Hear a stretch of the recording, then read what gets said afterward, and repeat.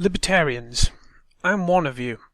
On the most basic ethical level, I'm an autistic Mondosberg who really cares about not only my autonomy, but also the autonomy of others.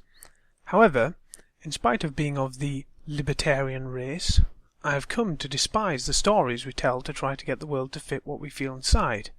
Please understand the long rant forthcoming about the nature of existing libertarianism, what trials await it, and how libertarianism should evolve as a doctrine to meet those challenges is undertaken with the best of intentions.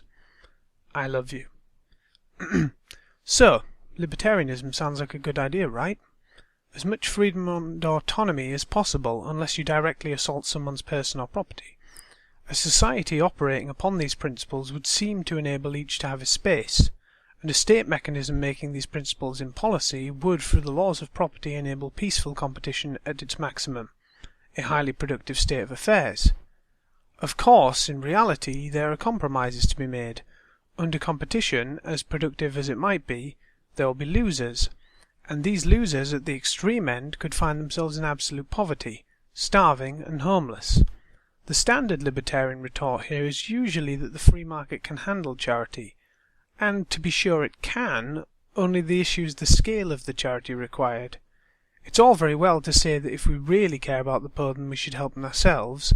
The problem is that this ignores that most people who can help the poor would not do so without coercion, at least those that could help them the most. Moreover, we should recognise that it is the state that enforces property law in the first place. Without the state there is no single body of law, but competing bodies of laws. Each person has his own law, and under some sort of anarcho-capitalist state of affairs, very quickly laws shall go to war against each other. Without the state, only violent competition is possible, and not peaceful market competition. The paradox of the state is that it must at the very least employ some initial violence in order to set up a common standard by which to forestall further and greater violence. Many libertarians, or classical liberals, of course accept the state and are not anarcho-capitalists.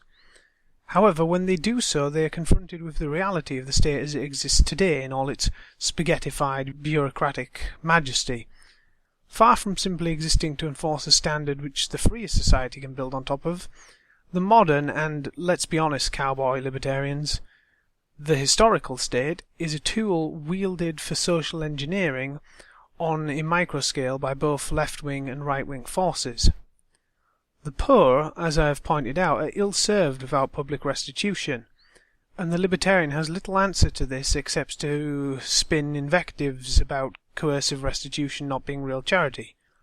In reality, the desire of the poor to have some sort of minimum standard or safety net holding them back from the abyss cannot be wished away.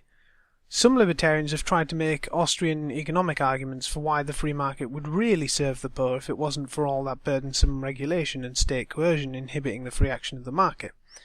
When you ask why the poor weren't objectively served before the rise of the 20th century welfare state, the answer invariably is some form of "that wasn't a free market either." I don't want to make a total straw man of standard libertarian arguments, but this is what I've encountered again and again. The free market exists somewhere in the Platonic idea space, but the only times it exists in reality are when it confirms the beliefs of believers in the free market. When you find something bad happening before a particular regulation was put into place, the case of white phosphorus, for example, the free market is whisked off back to the Platonic idea space. We've never had a free market, they say. I would know, I've said it myself.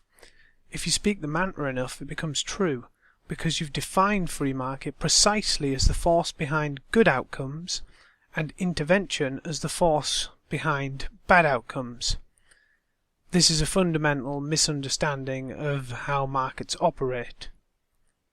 Indeed, an empirical approach to economics is verboten in the Austrian school. Only a priori principles matter. Why? Let Ludwig von Mises explain. Praxeology is a theoretical and systematic, not a historical science. Its scope is human action, as such, irrespective of all environmental, accidental, and individual circumstances of the concrete acts. Its cognition is purely formal and general without reference to the material content and the particular features of the actual case. It aims at knowledge valid for all instances in which the conditions exactly correspond to those implied in its assumptions and inferences. Its statements and propositions are not derived from experience. They are, like those of logic and mathematics, a priori. They are not subject to verification or falsification on the ground of experience and facts. Praxeology is the supposed science of human behaviour, yet it starts from basic principles of behaviour for which it can supply no evidence, nor does it want to. History is no teacher because every event is unique due to the complexity of societies. My rejoinder is that of course every event is unique in an objective sense, in a micro sense, but there are big pictures that repeat above the ever-changing details, and there are patterns in history, and historical trends we can learn from. To deny this is folly. All reasoning must follow after principles.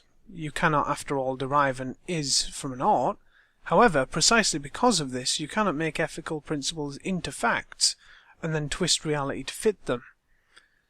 I say all of this because I think Austrian economics is a plague on libertarianism.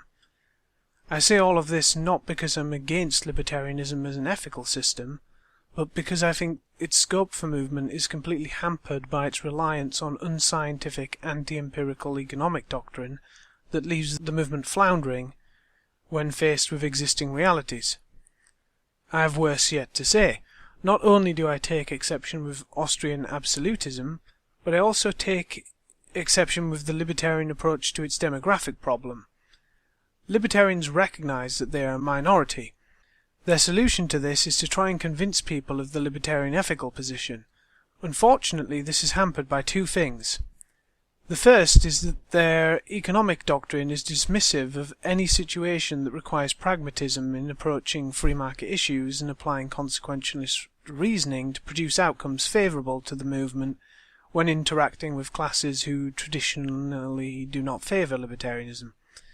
The second is that there is mounting evidence that genetics may play a strong role in ideology.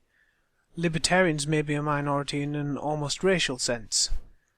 The reaction to these issues is normally to ignore them and continue proselytizing the purest doctrine possible in the zealous hope that the plebs will come round one day. Have you read the book of Hayek? The second is to propose the suspension of democracy and the imposition of a dictatorship to prevent the going away of the free market. Adios, my general. The third is a more adapted variation of the second, in which we drop libertarian ethics on coercion almost entirely, and replace them with a pre-Enlightenment alter and thrown ethical system, while retaining Austrian economic arguments for efficiency's sakes, or maybe because it's emotionally appealing to do everything an Austrian man says. I don't know. All exit, no voice. Cthulhu swims left. America is a communist country.